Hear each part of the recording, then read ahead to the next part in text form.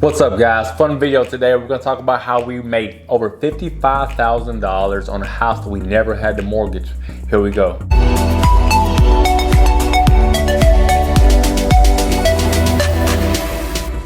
Hey, welcome back to REI Simplified. I'm your host, Adam Johnson, where we break down complex real estate situations and scenarios for people like me and you, the beginning investor. If you haven't already, please like and subscribe. It really helps our channel, helps us get in front of more people. So please, we'd greatly appreciate it. Today we're talking about how we were able to make over $55,000 on a house that we never mortgaged. That's a very powerful thing, talking about subject to, and that's how we acquire the properties. We're going to cover from step one down to selling the property, as far as marketing, speaking with the sellers, working with the attorney to get the closing documents completed, to finding great tenants, to turning those tenants into buyers. Here we go. All right, guys, first thing first is marketing. You have to get your phone to ring. So I'm always up on Facebook and Instagram and those types of social media websites putting out the vibes. We buy houses, no realtor fees, all those buzzwords. Your market has to know that you exist before they can call you. So sure enough, I put out a Facebook message or video, and I had a friend message me on Facebook Messenger, say, "Hey Adam, we really need to sell our house. Here's our situation." Immediately I said, yes, I can definitely help you with this. I emailed them a seller questionnaire, about 22 questions that I always send everybody, to really get the concept, the ground truth, and what's really going on, so I can determine whether or not I can help them. And in most cases, I definitely can. So I sent them the seller questionnaire. They got it back to me within 5 minutes, which really showed me that they were motivated to get this house sold. Received that back, and then we scheduled the walkthrough, talk through at the property. So I met them at the property. We immediately talk about everything with the house, what the numbers were, what the mortgage is, what their timeline was, all that kind of stuff, to really determine where we go from here, how fast they want to sell this house. The house was in grade A shape. It happens a lot, but they had renters in there prior to selling me the house. They had complications because they didn't have a system how to find great tenants. By the way, the link above is the link that we created, or the video we created on how to find great tenants. So they didn't have that link, unfortunately. They should have subscribed to REI Simplified. But too many times when people work directly with tenants and they don't have a system set up, they end up getting burned. That's what happened with these homeowners. So they called us, we met the property. We were able to agree to terms right there on the spot. Of course, there were some objections. So I always ask those open-ended questions to really find out what's going on. I use the information that they give me in those open-ended questions to formulate my sales pitch, to really show them that what their concerns are not going to be my concerns, and I'm going to take care of the situation. So we were able to come to terms, obviously. At that point, we go under contract. Now, after we're under contract, I immediately call my home inspector, my HVAC inspector, and my termite inspectors. I do 3 separate ones because, in my opinion, a general home inspector, in my opinion, is not going to be as qualified or as detailed with his HVAC inspection portion as a true HVAC technician. And HVAC can be anywhere between $3,000 to $10,000 to replace in the event the home inspector missed something. So I always do those 3 separate because I want to make sure that nothing is overlooked. I call that our due diligence. So we're under contract. We do our 3 inspections. The inspections come back flawless, almost flawless, small stuff. And we took care of it immediately. So once the inspection's back, I call the sellers and say, "Hey guys, we're good to go. Here's our closing date." I send all the information to my attorney. She draws up all the documentation to include all the information I have given her so far. We meet at the table and we do a subject to closing. Now let me just say, subject to is so specific and unique that most general purchase agreement contracts will not suffice.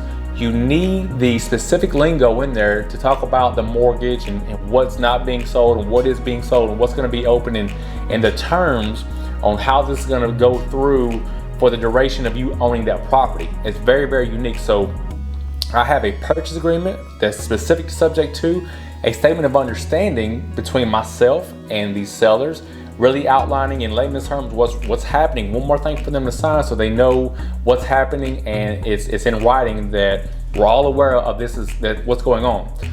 amongst other, detailed pieces of paper or contracts, if you will. So, and I sell those. Those are all on my website, reisimplified.co. I'm trying to build that so that you, the new beginning investor, can get what you need without breaking the bank. So that's for a different video. So we close on the property, we take possession of the property. What's next? Well, now we're responsible for a mortgage payment. We don't have the mortgage in our name, but we are legally responsible for that payment because that's what our contract says. So we immediately start looking for great tenants. I'm gonna put the video up above that we did previously on how to find great tenants. We use those same methods and we found the best tenants we've ever had by far.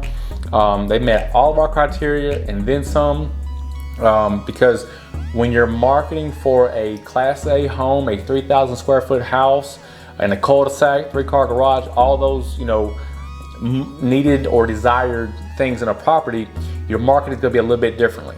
You market different for a 3,000 square foot house than you do for a 1,000 square foot house. So we marketed obviously a little bit differently. We found great tenants. Of all the applicants, we had about 12, and they by far were the best. They got in the house, and after a 2-year period, they went from being tenants to actually buying the house from us. They bought the house directly from us, which is the plan all the time. I try to do the best I can. I want to sell directly between myself and the buyers, with no extra realtors, no extra fees, to keep the costs down for everybody. So we're able to agree to terms between myself and my tenants, making them the new buyers for $290,000. We didn't use realtors. So if you see any of my other videos, generally speaking, when you sell a home, at least in my market, the seller pays all closing costs. That closing cost usually is about 10% of the sales price. In this situation, the sales price was $290,000. That is $29,000 at 10% for closing that would come out of my profit. So by working directly with the sellers, I negotiated where I would pay $4,000 towards their closing costs, whether it be for finances or whatever. No realtors. So I save 3%. Without me using a realtor, I save 3% by not having to pay their realtor, and I pay only $4,000 instead of $29,000, saving me, making me more profitable by $25,000.